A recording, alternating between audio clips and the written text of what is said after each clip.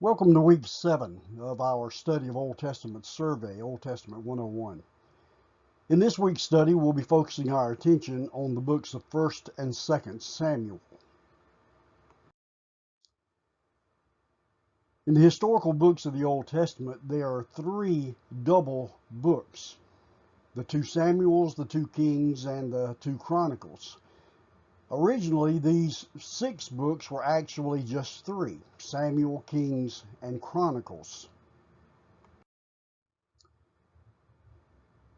These books were divided into double books when these books were translated into the Septuagint, which is the Greek translation of the Old Testament Hebrew, which was translated near the end of the 3rd century BC.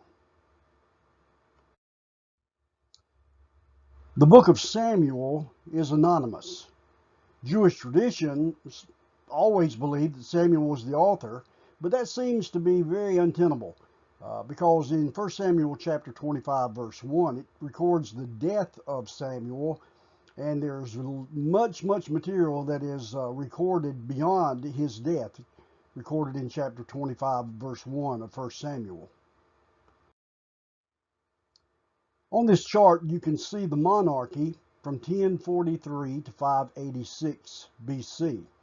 Actually, when you go all the way down to the bottom of this chart in 1407, we're reminded of the days and the years of Moses and Joshua and the judges all the way up through 1043 BC.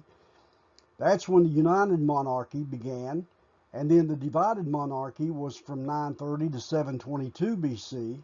722 BC is a pivotal event for the northern tribes of Israel when they were taken into captivity by the Assyrian Empire.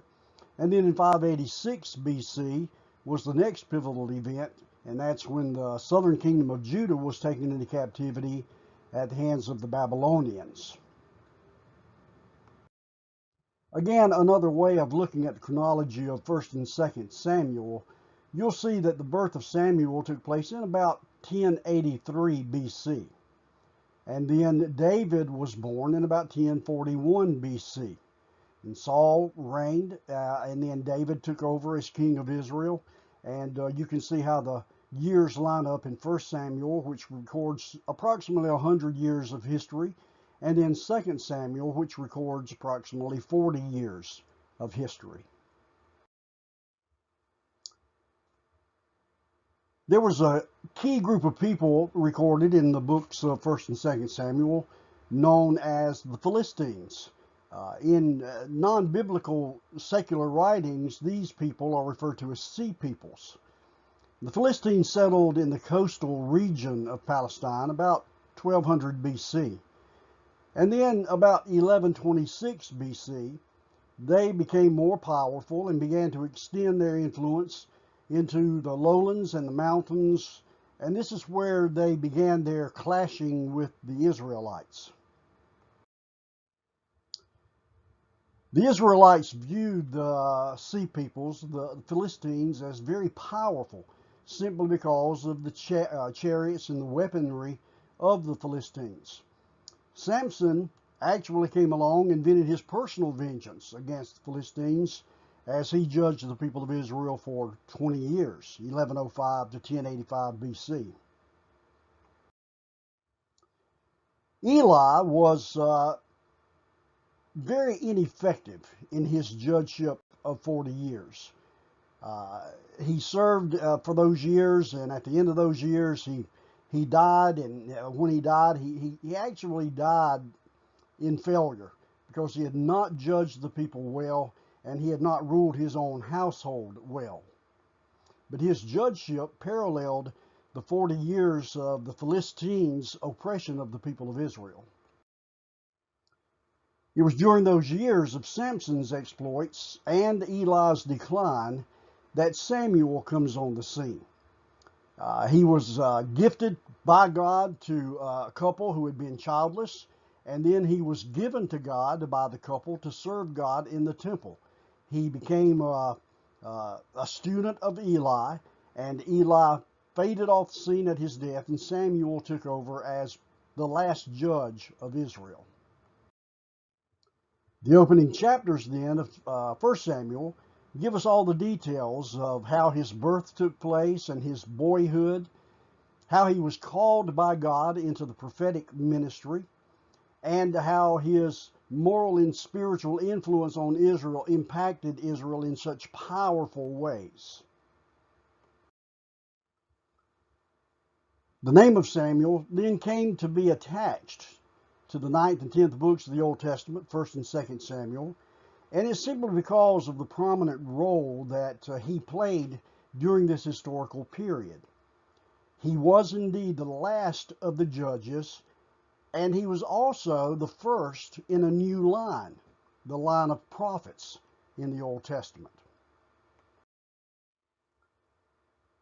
It's interesting to note how Samuel was used by God to actually bring into being the monarchy of Israel. Samuel played a big role in that. He actually anointed the first two kings of Israel, Saul and David. And then in the career of David, after Saul's death, the influence of Samuel lived on a long, long while after his death. And again, his death is recorded in 1 Samuel chapter 25 and verse 1. According to 1 Chronicles 29:29, the acts of the reign of King David, as it says, from first to last, were written in the chronicles of Samuel the seer, in the chronicles of Nathan the prophet, and in the chronicles of Gad the seer. The chronicles written by these three prophets probably are the sources that the writer of 1st and 2nd Samuel used to get his information, compiling that information and putting it into the form of this book, Samuel, which later became divided into 1st and 2nd Samuel. Now, when we think about the immediate purpose of the book of Samuel, remember we've been looking at an immediate purpose and then an ultimate purpose of the books that we've surveyed so far. The immediate purpose of Samuel is to narrate the circumstances surrounding the founding of the monarchy of Israel and those first two kings of Israel, Saul and David. 1 Samuel relates the birth of the monarchy, and 2 Samuel gives us the expansion of the kingdom of Israel into a major world power under the leadership of David. Now, when we turn our attention to the ultimate purpose of 1st and 2nd Samuel, it was certainly to reveal the divine origin of the messianic house of David. Messianic means the family through which the Messiah would ultimately come one day. So there's this immediate purpose just to record the history of the beginning stages and the first 80 years of the monarchy. But there's a much more important, ultimate purpose in these two books. And that's to show how God established a covenant with David that would go forever. He promised David a kingdom that would last forever and that he would always have a descendant on the throne of Israel. Now, you can read that covenant in 2 Samuel chapter 7. When we look at the first two books, or these books of Samuel, 1st and 2nd Samuel, as I've already stated, it covers a historical period of about 140 years. The opening event, of course, is the birth of Samuel, and we can trace that back to approximately the year 1110 BC. And the closing event of 2 Samuel, which is the death of David, occurred somewhere around 971 BC. So again, these two books cover about 140 years of Old Testament history. The text of Samuel falls into four main divisions. The first main division is 1 Samuel chapters 1 through 12, and it's focused on the transition from a theocracy to a monarchy. This unit begins with the birth of Samuel and ends with his valedictory address. And the text indicates two major subdivisions. So now we're looking at subdivisions in the first main division, which is 1 Samuel 1 through 12. The first 7 chapters focus on the last days of the judgeship government. God has been raising up judges to rule the people of Israel and to give them guidance and leadership and to use them to bring an end to periods of judgment of God because of their rebellion against God, recorded in the book of Judges. And it brings us up to Eli being depicted as a failure, not only in the way that he's governed or led the people of Israel as their judge, but also in his own responsibilities as a father, because it records for us the failure of Eli to give spiritual guidance and leadership to his own sons. But it also speaks of his failure in respect to his inability to cope with the Philistines and all the trouble and turmoil that they were causing for the people of Israel. The phrase, "and it came to pass when Samuel was old," which is recorded in chapter 8, verse 1, shows the beginning of the second subsection of this first main division. And now the focus is on the interaction between Samuel and Saul. It's interesting to note that the people of Israel cried out to Samuel that they wanted a king so that they could be like all the other nations. Samuel saw this as personal failure, but God assured Samuel that it's not that he was being rejected by the people, but that God himself was being rejected by the people. And so Saul was selected by God. Then he was anointed by Samuel privately and then publicly. And finally, after Saul vindicated himself through military leadership, he's embraced by the people as their king. That leads us to the second main division of the material, and this begins in 1 Samuel chapter 13, verse 1. The kingship is now firmly in place, and the division which terminates with the death of Saul in 1 Samuel 31 also has 2 subdivisions. So again, we're talking about the second main division being divided into 2 subdivisions. The first subdivision is the account of Saul's disobedience, and that brings to an end a period in which he received great public support and also very, very well documented private guidance from Samuel. But then after his sin in 1 Samuel 15, Samuel anointed a king after God's own heart, and that was David. In the last 16 chapters of 1 Samuel, Samuel did everything he could to bring about a consolidation of power and actually thwart the elevation of David to the throne. So after Saul sees that God has rejected him as king, he begins to try to ensure that his lineage will remain on the throne and does everything to thwart the ruling of God, that his kingdom is going to end and David's reign is going to begin. This leads us to the third main division in 1 and 2 Samuel, and that's 2 Samuel chapter 1, verse 20. And this period focuses on the 40-year reign of David as king. David's reign, just like Saul's before him, is actually divided into what we can refer to as a before and after pattern. Saul's was divided into before and after, the before being when God elected him as king, and for a long while he was accepted and actually praised by the people for his strategic military leadership.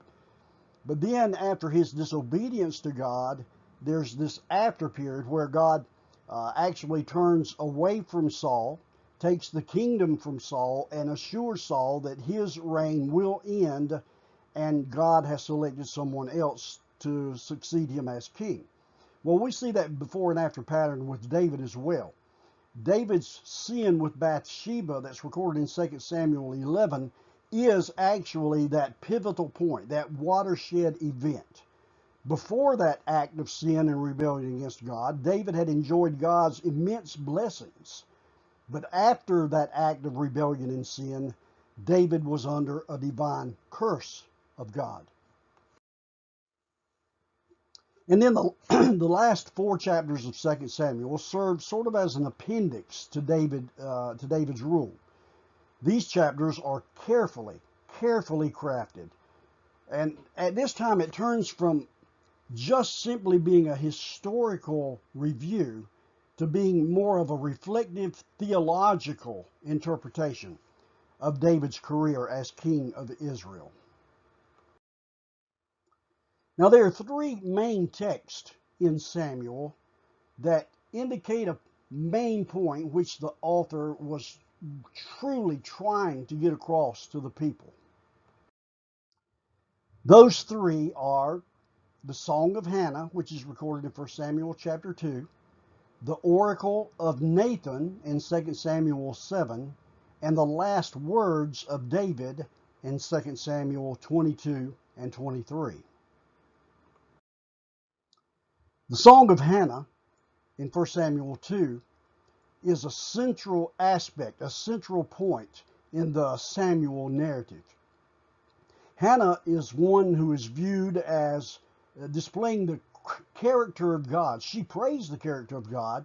She praised the strength of God, but it also shows the character and the strength of Hannah herself, as she understands that God is going to one day judge the ends of the earth through his anointed king. History now which unfolds as a result of that in the Samuel material truly illustrates the truth of which Hannah sang in that song of praise in chapter 2 of 1 Samuel. Next, we see the oracle of Nathan in 2 Samuel chapter 7. This oracle is one of the pinnacles of the blessings of God that we see being showered on David in 2 Samuel 1 through 10. All the expectations that are clearly enunciated in Hannah's song in chapter 2 are clearly made more specific in this historical time frame recorded in chapters 1 through 10. The immense blessings of God that are given to David, they're not just for the historical present in David's lifetime, but they're projected into the far distant future. God promised David that he would bless the house of David forever. And so we see that David is regarded as the fulfillment of God's promise to give his people a king. Now with Saul, God showed the people the ramifications, the judgments that would take place under the leadership of a king who decided to walk away from the orders of God and do things his own way. And then the establishment of David and the fulfillment of the promise of David that he's creating with him a covenant that would last forever shows the graphic difference between the rule of Saul and the rule of David. In Nathan's oracle, David is regarded as a type of the ultimate ruler who would eventually come and sit on God's throne forever. And of course, we know that all of this is theologically prophetic about the coming of Jesus Christ and the fact that he would rule on the throne of David forever. So Samuel announced to David that his kingdom would, to Saul, that his kingdom would not endure forever, but then God promised David that his rule, his kingdom, would endure forever. God was looking for, seeking after a man after his own heart to replace Saul, because Saul did not have a heart for God or the things of God. And again, after Saul's great sin in 1 Samuel 15, the prophet Samuel announced that the kingdom is going to be taken from you Saul, and given to your neighbor who is better than you. A reference to David. The third oracle is the last words of David, recorded in 2 Samuel 22 and 23. Again, this passage can be divided up into two separate poetic compositions. The first, in 2 Samuel 22, comes from the time when God has delivered David from all of his enemies, including Saul.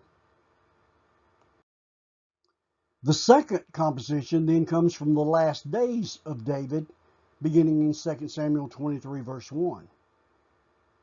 It actually looks back over the career of David, and it focuses in on the grand proposition, which is, again, the overriding message of this material, that God rewards the righteous and brings judgment against the unrighteous. And again, the parallels is seen clearly between Saul and David. In David, we see that God rewards the righteous, David being a man after God's own heart.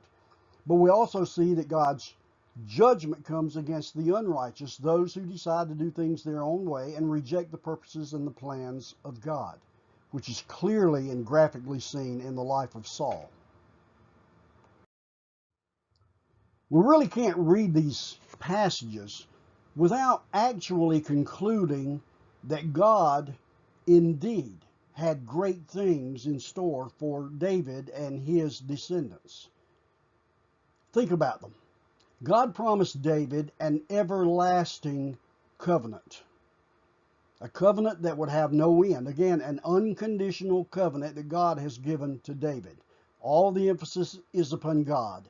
No emphasis is upon David.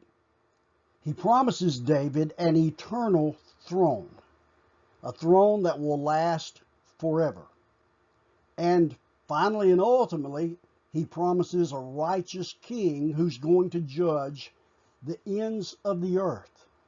So David is depicted as one who would be in the lineage of the coming Messiah who would rule on David's throne forever. Now, the testament of the New Testament, the testimony of the New Testament, is that all of these promises given to David in this wonderful Davidic covenant, they all find their ultimate fulfillment in Jesus Christ. So all of the typology of David is clearly pointing to the coming ultimate king who will reign on the throne of David forever.